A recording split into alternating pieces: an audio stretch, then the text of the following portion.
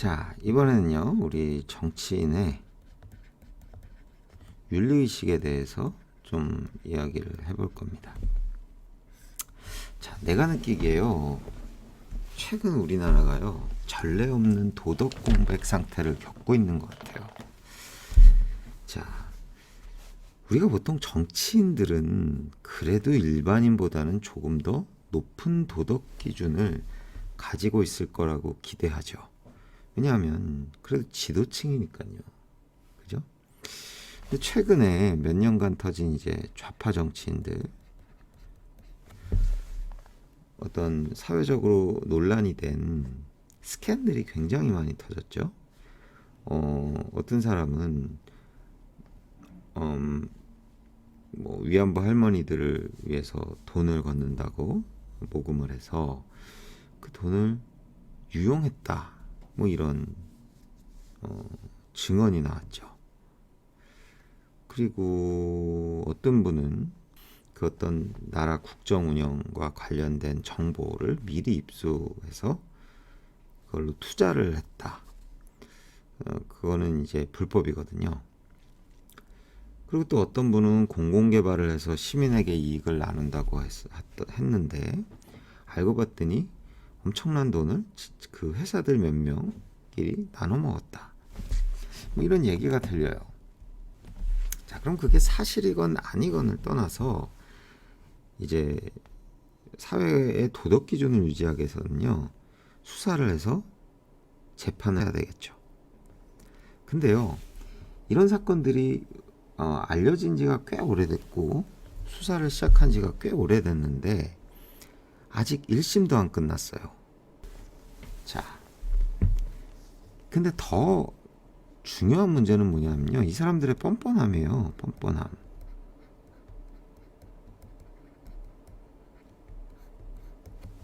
보통 어떤 이런 비리 문제가 터지면 그동안은 이 사람들은 활동을 자제하고 자숙하거나 반성하는 모습을 보였죠.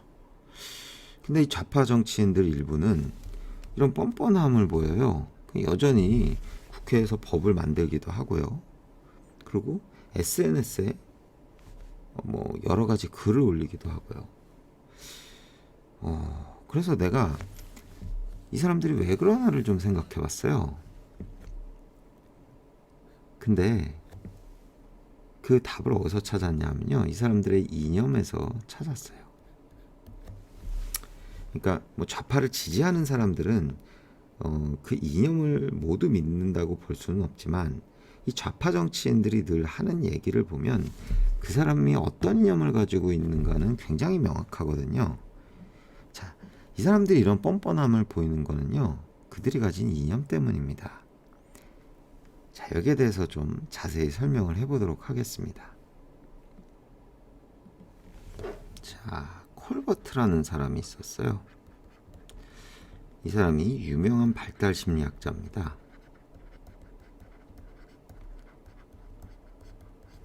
이 사람이 인간이 옳은 것을 판단하는 기준이 무엇에 의해서 결정되는가, 이런 질문을 가졌어요. 그래서 한 가지 실험을 했습니다. 이 실험의 결과가 도덕 발달 이론을 만들었어요. 자, 어떤 실험이냐면요, 아이들을 대상으로 해서 굉장히 다양한 연령대의 아이들이죠. 아이들을 대상으로 해서 실험을 했는데 그 시나리오가 뭐였냐면요, 시나리오가 이거예요. 자, 어떤 남자가 있어요. 자, 이 남자가 남편이에요. 어떤 여자의. 그런데 이 남편의 집에 그의 아내가 병들어 누워 있어요. 여기 이렇게 물수건을 하고 병들어 누워 있어요. 아내예요. 근데 아내가 곧 죽을 것 같아요. 병이 들어서. 그래서 이 남편이 알아보니까 약을 사서 먹이면 살릴 수도 있어요. 그래서 이 사람이 약국에 갔어요.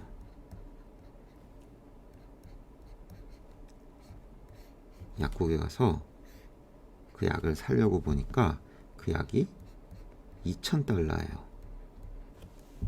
2,000달러면 요즘 환율로 하면 한 300만 원 정도 하거든요. 거의. 자, 그러면 이 남편이 돈이 없어요. 저거를 사지는 못해요. 유일한 방법은 뭐냐면 아내를 살릴 수 있는 저거를 훔치는 거예요. 저 약을. 절도. 훔치는 겁니다. 자, 이런 시나리오에서 아이들한테 두 가지 질문을 합니다. 첫 번째는 너라면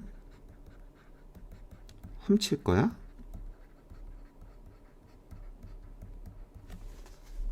이런 질문을 하고, 두 번째는 만약에 너가 훔칠 거면 왜?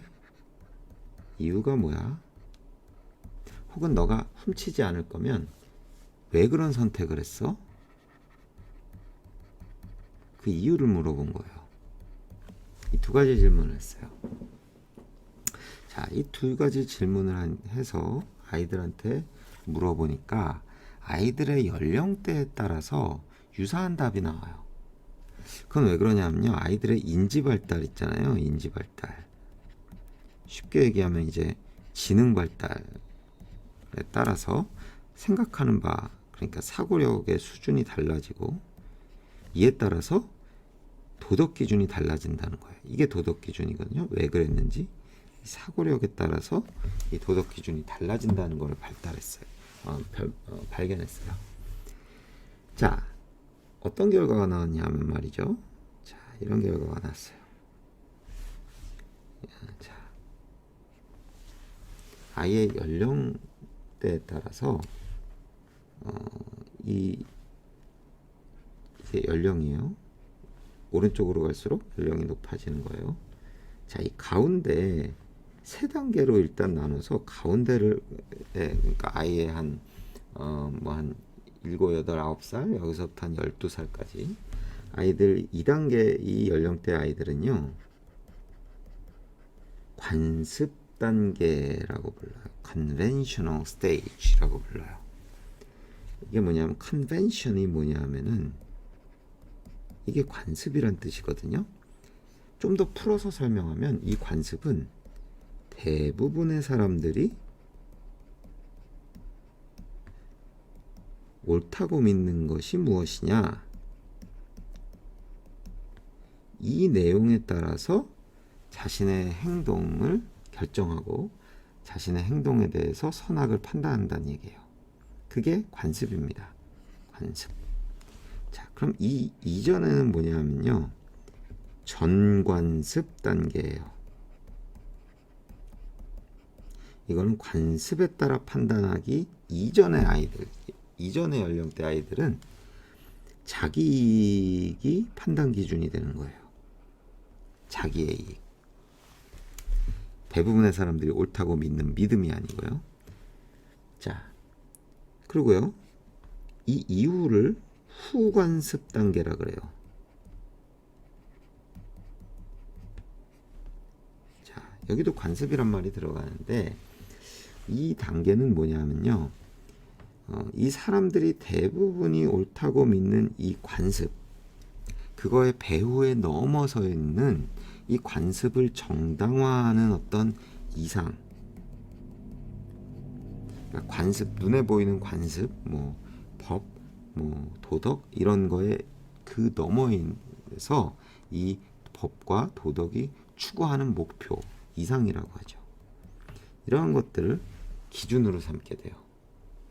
그런데요, 후관습 단계는요, 성인도 모든 성인이 이 단계로 발달하지 못합니다. 한 20에서 25% 연구에 따르면 성인들도 이 정도가 후관습 단계에 기반해서 선악 판단을 합니다. 도덕 판단을요.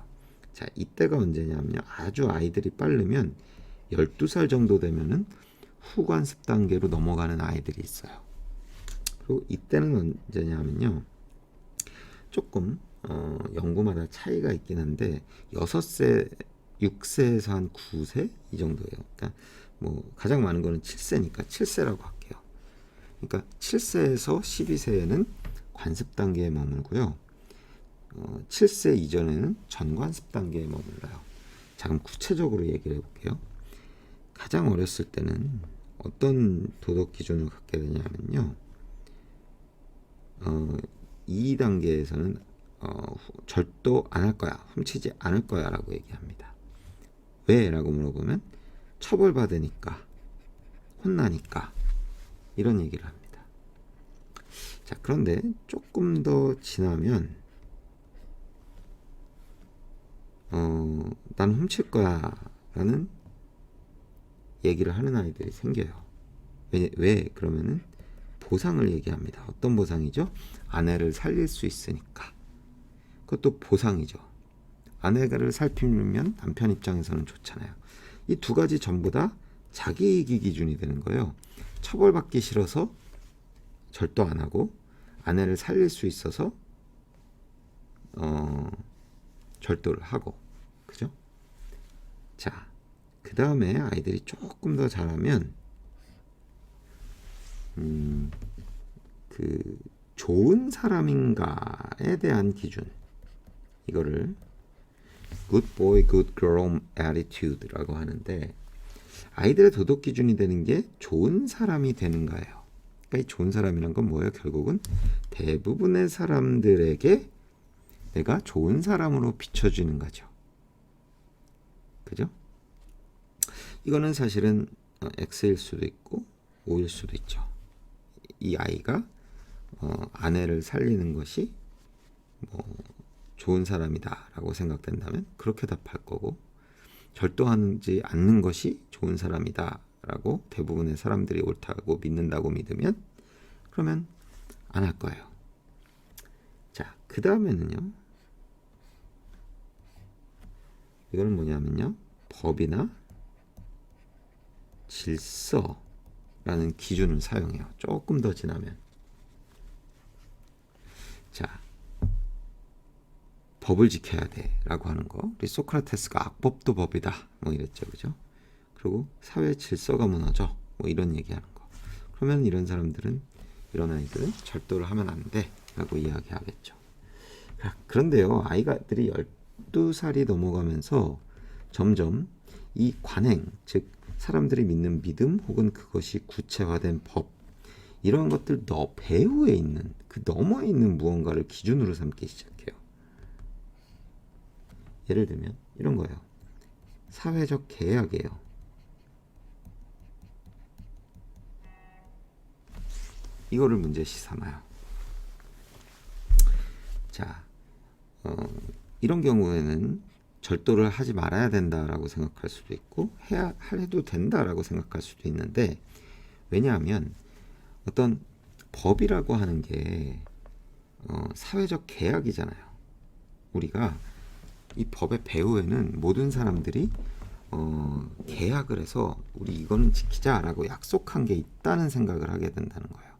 그러면 절도는 하지 말아야 된다, 이게 사회계약의 내용이다 라고 생각하는 사람들은 절도를 하면 안 돼, 이것이 옳은 행동이야, 절도 안 하는 게, 이렇게 생각할 거고, 만약에 이게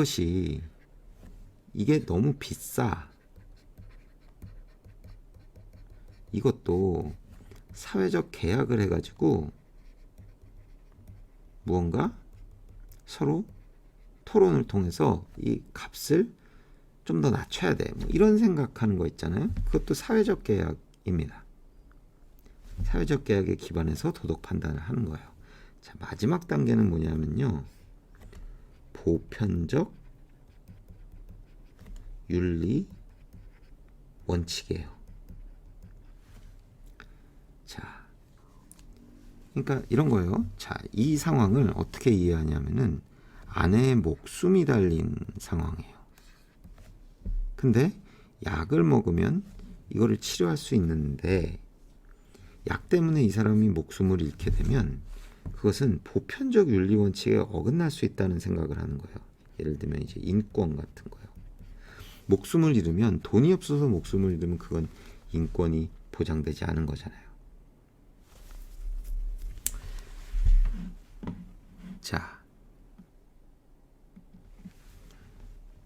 근데 이런 게 사실은 가장 최고위의 윤리 기준이 될 수 있어요. 이런 후관습 단계는 굉장히 중요합니다. 왜냐하면 우리 법이라고 하는 게 사실은 어떤 공통의 규범을 표상하고 있는 것이어야 되는데, 법은 항상 불안정할 수 있죠. 그럼 우리가 늘 이 후관습 단계에 있는 사람들이 보편적 윤리 기준을 늘 생각해서, 이 만약에 법이 문제가 있고 불완전하면 이 기준을 활용해서 계속 법을 수정 보완해야 되거든요. 그죠? 그런데요, 우리가 이제 뭐 보수주의, 그리고 민주주의는 보수주의라고 얘기했어요. 이 사람들의 기본적인 생각은 뭐죠? 이 세상에 초월적 진리가 있다는 거예요. 여기서 초월적이라는 거는 이 법과 지금 우리 명문화된 규정보다 더 높은, 그것을 초월하는 어떤 진리, 어떤 이상이 있다는 거예요. 우리가 추구해야 할. 그리고 이게 보편적 진리라고도 하거든요. 이거는 보편적이라는 얘기는 어떤 일부 사람들에게만 공유되는 것이 아니고 우리 모두가 공유할 수 있는 거예요. 이거를 공유할 수 있는 이유는 우리가 이성이 있기 때문이에요. 우리가 이성적으로 생각해 보면 보편적으로 모든 사람이 동의할 수밖에 없는 초월적 진리가 있다라고 하는 게 보수주의자들의 생각입니다. 이 이성이라고 했는데, 이건 달리 표현하면요, 양심이란 뜻도 돼요. 양심. 우리가 양심적으로 생각해 보면 이거는 옳고 그름을 분명하게 판단할 수 있는 거예요. 이 양심을 학문적으로 얘기하면 이거를 자연법이라고 그래요. 아퀴나스라는 사람이, 신학자입니다. 아퀴나스라는 사람이 하나님이 우리의 이성에다가 자연법의 내용을 각인시켜 놨다 그랬어요. 그래서 그거는 달리 말하면 우리의 양심을 만들었다 그러는 얘기예요. 우리 성경 로마서에 보면요, 그런 얘기가 있어요. 양심에 대한 얘기가 나와요. 하나님이 양심을 우리에게 주셔서 선악을 판단할 수 있는 능력을 주셨다, 이런 얘기가 나오거든요. 그러니까 이 양심과 이건 어디서 나오냐면은 결국은 신에게서 나온다라는 결론에 도달하게 됩니다. 반면 우리 진보주의라고 흔히 부르는 사람들, 이 사람은 사회주의자죠. 어떤 사람은 자기가 대국민 청문회에서 사회주의자라고 떳떳하게 얘기했죠. 사회주의라는 이념은 사실은 마르크스에서 나온 거예요. 그러니까 뭐 좌파를 지지하는 사람들이 다 마르크스주의자고 사회주의자라는 얘기는 절대 아니고, 그 정치인들의 이념을 얘기하는 거예요. 좌파 정치인들. 마르크스는요, 유물론에서 시작한다고 그랬죠. 유물론은 인간의 정신을 인정하지 않습니다. 인간의 정신이 아까 얘기한 어떤 신이 만든 양심에 따라서 결정되는 거, 어떤 초월적인, 우리 인간을 초월하는 어떤 절대자에게서 나온 거라고 믿지 않죠. 유물론자들은 신을 믿지 않습니다. 다만 뭐예요? 이거는 뇌라고 하는 물질의 운동에 따라 결정되는 거예요. 이거를 사회에 대입한 게 마르크스죠. 유물론을. 이 유물론의 일반적인 내용을 사회에 대입하면 어떤 경제적 소유라고 하는 물질에 따라서 파생된 게 정신이에요. 이 정신에는 윤리도 포함되죠. 그럼 이걸 쉽게 말하면 가진 자, 소유를 가진 자는 어떤 윤리를 믿을 거고, 못 가진 자, 없는 자는 이런 윤리를 믿을 거예요. 이 가진 자가 믿는 윤리와 없는 자가 믿는 윤리는 같지 않아요. 이게 마르크스의 사상의 골자입니다. 자, 그러면 이거는 뭐냐면 윤리가 사람마다 달라진다는 거는 여기서 보편적 진리라고 하는 거, 보편윤리라는 게 없는 거예요. 다만 진영 논리가 윤리가 돼요. 우리 편이면, 즉 없는 자면 이렇게 믿고 상대편이면 이렇게 믿는다는 거예요. 그래서 이 사람들은 그냥 숫자를 늘려서 이 사람을 이기면 그게 진리가 된다고 믿는 사람들이에요. 자, 그러니까 다시 이 콜버트의 이 그림으로 돌아보면 사람이 이렇게 관습 단계에 최소한 머물러 있든지 아니면 이 후관습 단계로 나아가는 20에서 25%가 되는 것이 바람직한데 이 사람들은 전관습 단계로 돌아가려고 해요. 자기 이익에 따라서 옳고 그름을 판단하려고 하는 겁니다. 이게 진영 논리라는 게 그렇죠. 가진 자 편이면 너는 이렇게 믿을 거고 없는 자 편이면 나는 이렇게 믿을 거야 라고 하는 거잖아요. 나한테 보상이 되면 그것은 옳은 것이다 라고 판단하는 것이죠. 그러다 보니까 이 사람은 관습, 대부분의 사람들이 옳다고 믿고 있는 그런 관습에 따라서 사람들이 이 사람들의 행동을 생각하면 우리는 뻔뻔하다 라고 생각할 수밖에 없는 거죠. 우리가 대부분 2단계에 머물러 있다면요. 80에서 75에서 80%라면 관습 단계에 머물러 있는. 자, 그래서 이 정치인들의 윤리의식, 특히 좌파 정치인들은 그들이 가지고 있는 이념 때문에 저런 뻔뻔한 행태를 보이는 것이라고 이야기할 수 있습니다.